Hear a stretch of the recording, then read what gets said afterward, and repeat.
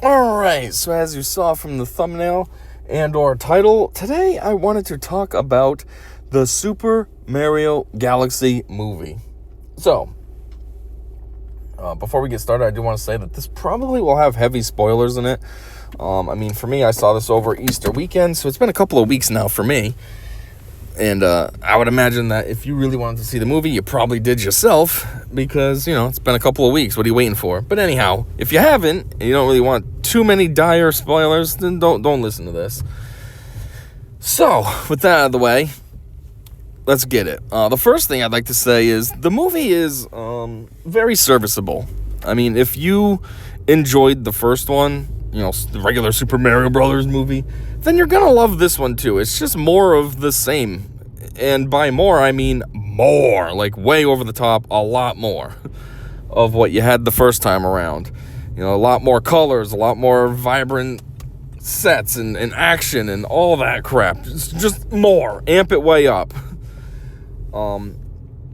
Also, it's a great movie to go to with your kids too. They're going to be entertained the whole time, and you'll get a kick out of it too as an adult. It's not the best movie, but there's definitely enough going on to keep you like hooked to the screen. Like, oh, what's happening now?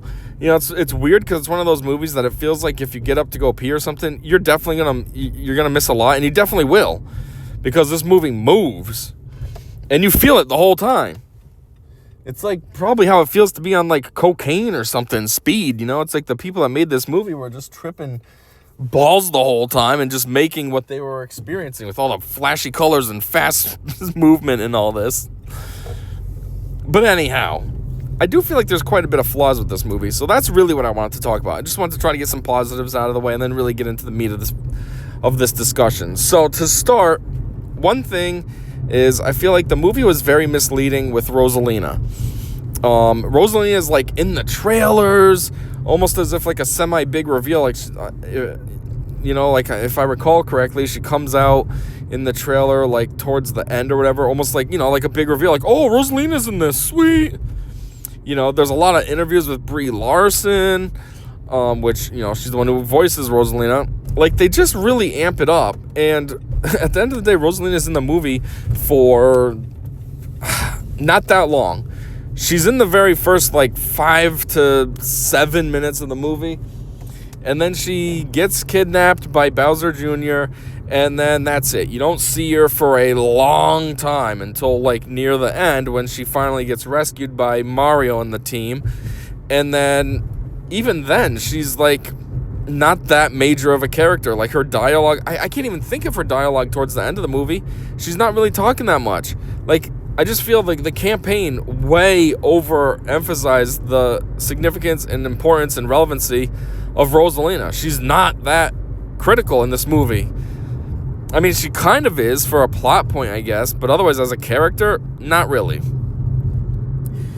Now there's another thing I want to talk about, which is I don't like how they introduced a whole bunch of stuff just randomly. For example, Yoshi. Yoshi, as we know, is in the movie. I'm pretty sure he was in the trailers. And Yoshi just kind of happens to just, hey, I'm here.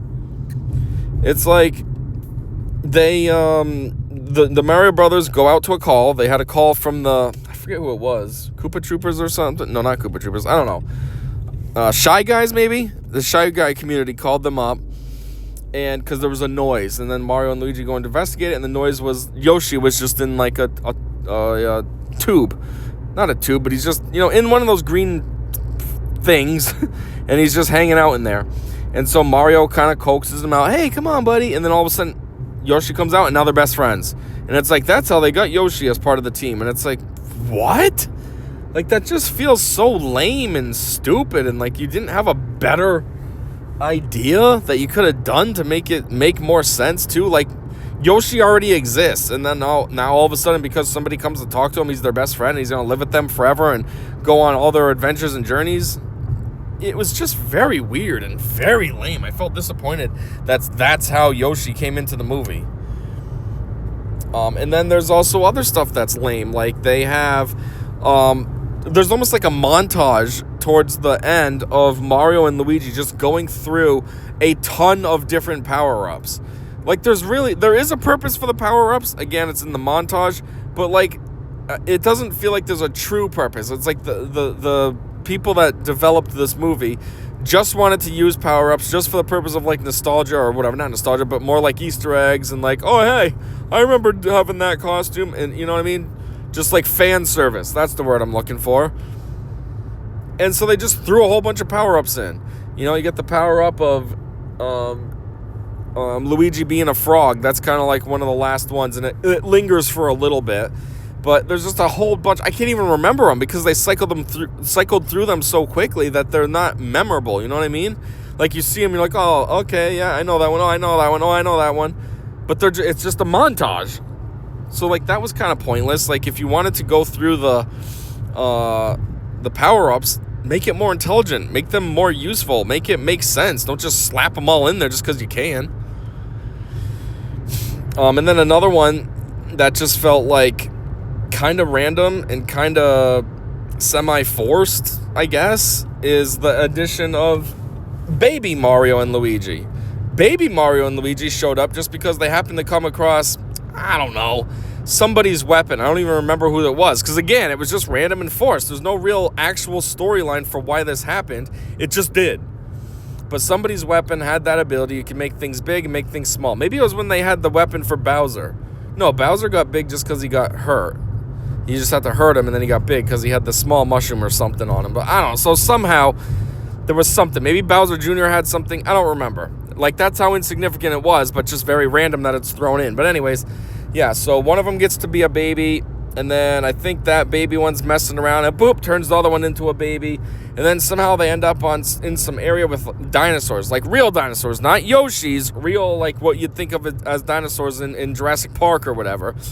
And I never played Odyssey, but I think that might be a call out to Odyssey, but it's just so random. Like, there's just a dinosaur in this Mario movie. Like, okay, that's not what Mario's iconic for. Like, he's iconic for Yoshi dinosaurs, but not dinosaurs. So, like, all of that was just weird. And then, what else? And then, obviously, as we know, Star Fox is in the movie. I feel like that's a spoiler, but it's not really, because he is in one of the trailers. So, I don't really know why they treat it like that's a spoiler when it's something that, if you pay attention, you know about. But, you know, he's in the movie, and again, he's another one that just kind of randomly shows up. He's almost like a Deus Ex Machina type situation. They need some help, and oh man, I wish we had an easier way to travel. Poof, oh, here comes this guy with a ship that can help us fly. Oh, how convenient. How convenient that you just show up right now. Like, it's so, I don't know, just random, and I feel like they could have incorporated it in a way better way if they wanted to add Star Fox. But the problem with Star Fox is that he's not really needed. Like, a lot of people were speculating that they were going to set up for a Smash Brothers movie, but it's like, he's really the only random character that's not from the Mario world that's in this movie. So it's like, it can't be Smash Brothers if there's only one character that doesn't belong. And yeah, it's just a whole just nonstop weird like that, just stuff showing up without any actual thought put into it. Didn't like any of it. See, I think a movie series that does great with what it's going for is the Sonic movies. The Sonic movies nailed it perfectly. You had Sonic 1, where it was literally just Sonic. You got a little backstory on him, and then it goes on to he finds Donut Lord and, you know, becomes friends with him and kind of gains a family with him and his wife, or whatever she is, girlfriend, I don't know. And yeah, then the second movie, we get the addition of Tails and Knuckles. Okay, cool. And Eggman's evolving as well. You know, Eggman in the first one is thin and stuff, doesn't have his iconic mustache. Then in the second one, I think he has his iconic mustache, but he's still thin. Then the third movie comes out. Now we get Shadow and Eggman that's more traditional. He's a little pudgier, definitely has the mustache. You know, and these other characters have been able to grow throughout the other movies. You know, now Tails and Knuckles is getting more developed with the third movie. Speaking of that as well, Knuckles had his own side movie, so you could get a little bit more backstory. It's kind of random. It doesn't really tie into the movies, and it's almost kind of pointless. Like, it didn't need to exist. It's not really adding much to the character, but still, it's there. You know, you can appreciate it for what it is, I guess. And then now they're going to be making Sonic 4, which Sonic 4 is going to add at least Rose. We know Rose because she's directly in the trailers. Now, I don't know who else may be added, but at least we have Rose. But, you know, it's a little bit building up from each movie. And from a business perspective, that's the way to do it. You're building a franchise so you can make all these movies and make tons of money. See, in comparison, what the Mario movie did is it started out nice and slow like they did with Sonic 1. You know, it gave you a little bit of a backstory on Mario and stuff and how he ended up at the Mushroom Kingdom, and it worked. But then this one, Super Mario Galaxy movie, it's like they just jumped way ahead. They went from introduction to Mario to, okay, yeah, you know everything, right? Here you go. Now we're in this. I mean, if you look at it from the timelines of the games, Super Mario Brothers was what, 1985? And Super Mario Galaxy was what, 2008? They just jumped all that lore and everything to go straight to this movie. Like, they should have did a movie that was about maybe Super Mario Brothers 2. It could have been funny, you know, how they're in like that weird world, because Super Mario Brothers 2, at least the one that we think of in the US, you know, that was actually a different game, a Japanese game that was reskinned with Mario and stuff, because apparently the original Mario 2, which is now called The Lost Levels, they thought would be too hard for Americans. So they reskinned a different game that they thought we wouldn't care about because it's just random, and they threw Mario on it so then we would be interested, and that's why now we have Birdo and stuff. But it's just like, that could have been funny. Like, they end up in that world, and now they're like, where the F are we? We just got in this other world, the Mushroom Kingdom, and now where are we? And it could have been funny. Or they could have at least skipped to Super Mario World. You know, that kind of stuff. Or they could have skipped to Mario 64 type world where he's in a castle and all this. And I don't know, they went way too far ahead, and then they're just trying to cram everything in to fill in those gaps. And it's like, this isn't the right approach, guys. Like, they could have had like a franchise, but I feel like they kind of ruined that. You went way too far too quickly. And also, you know, the first movie, it was like they treated it as you never played the games.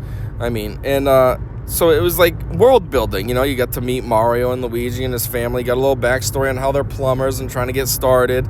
And then why they end up in the Mushroom Kingdom is because, again, they're plumbers and they were trying to save Brooklyn from this big flooding that was happening or whatever, and then they happened to stumble across these weird mystery green tubes that brought them to the Mushroom Kingdom, and that's why now they're there. And then, you know, now it's a whole mission of trying to get out, Mario trying to find Luigi trying to find Mario, trying to get out, get back to the real world and everything.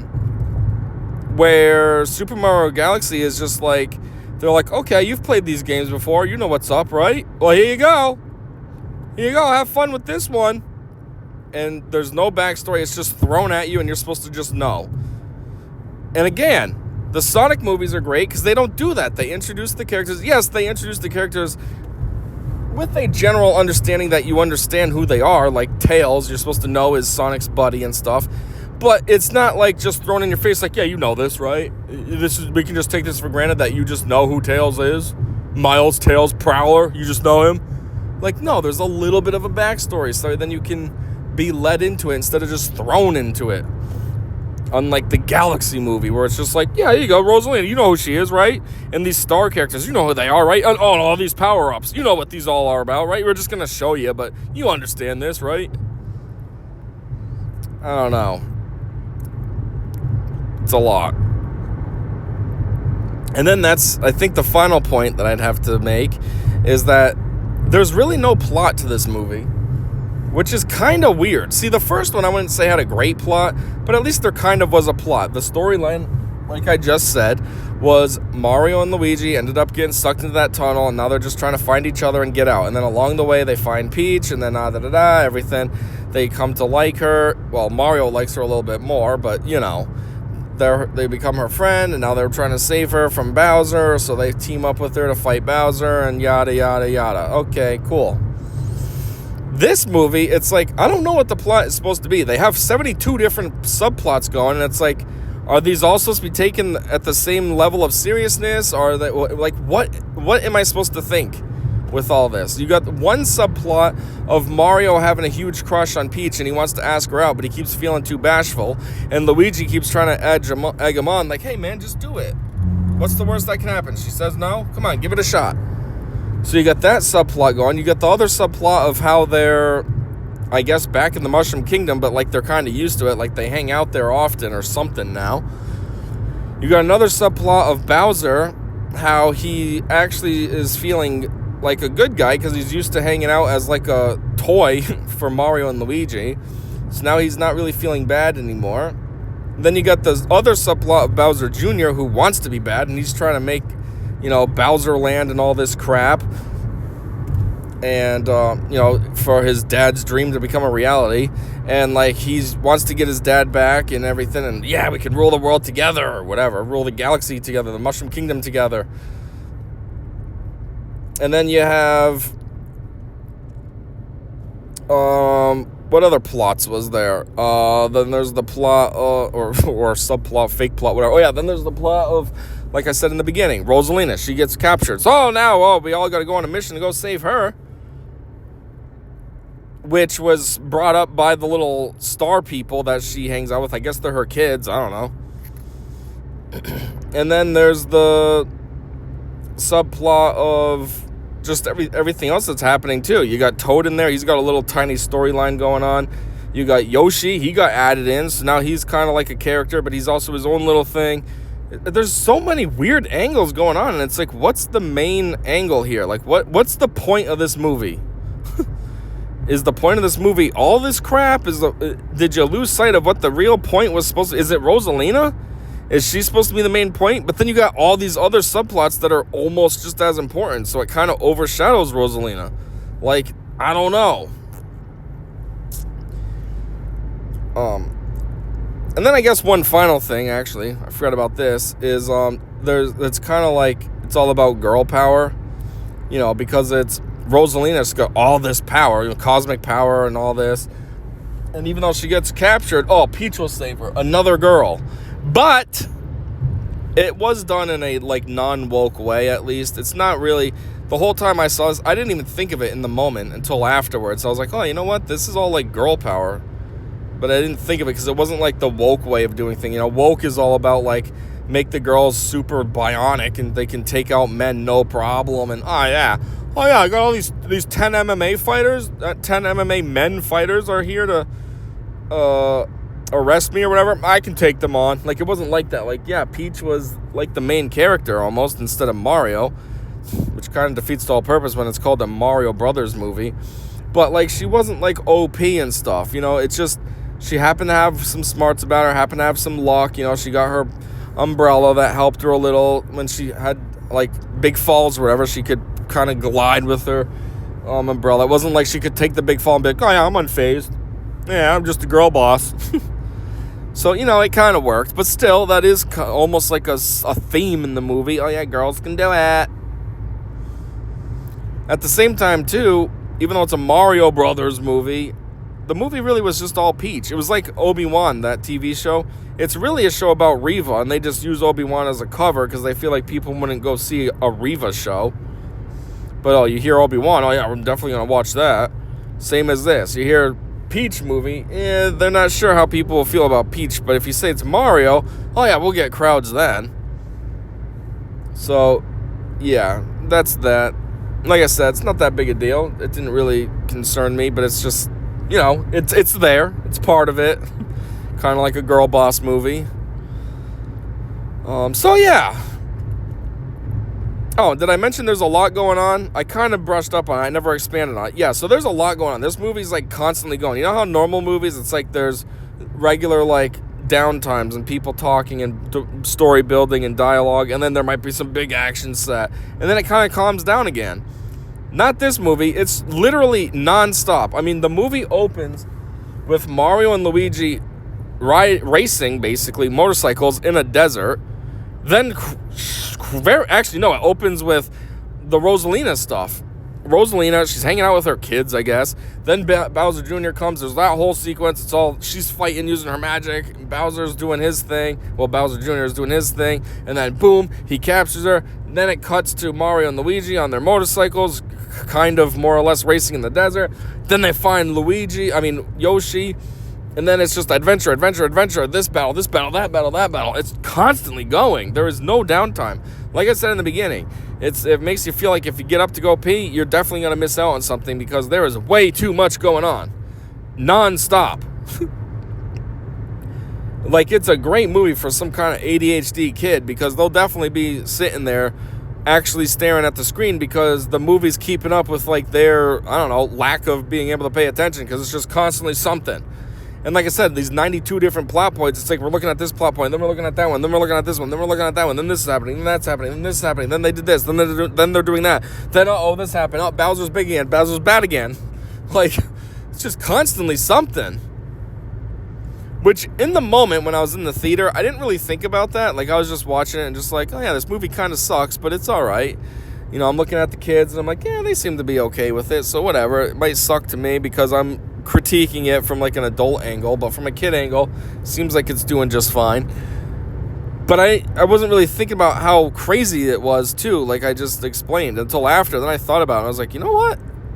That was kind of a lot. It does look good though. It has very crisp images, very vibrant colors. Visually, it looks very good. It might not have plot. It might not really be centered around Mario and Luigi, and it's more about Peach and Rosalina.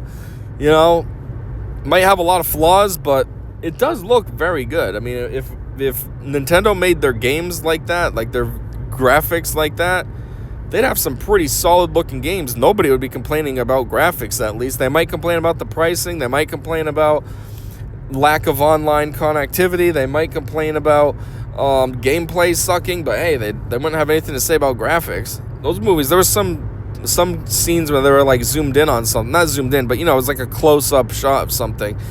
Like I can think of one where it was the paintbrush that Bowser Jr. had. It zoomed in, not zoomed in, but you know, it was a close-up shot of like the brush part, and yeah, it looked wicked good. Obviously, it's not photorealistic. It's in a CGI cartoon style, but it looked very good. You know, it was high quality. Think of like Incredibles 2. Like, that's a movie that I think of as very high quality. It was like that. Just really good. Very crisp. Very perfect. But yeah, so anyways, I just wanted to talk about the Super Mario Bros. Galaxy movie. This isn't really like an official review or anything. I just wanted to say what I thought. Overall, it was decent, you know, definitely not nearly as good as the first one. I think the first one's much better. The first one's one that you kind of don't mind rewatching. Like, when this one comes out on Blu-ray, I'll definitely buy it, but I don't know if I'm going to watch it as much as I've watched the first one because it's just crazy. Like, maybe if I do cocaine or something, it'll be great, but I don't know. So yeah, that's all I had. Thanks for listening to my nonsense, and if you made it this far, you know, that's cool. Maybe leave some kind of a comment, because I know nobody watches my stuff. So if you actually are still here, put a comment. Maybe slap a like on my video. That'd be awesome. And yeah, until whatever comes next, I said have a great day, and see ya.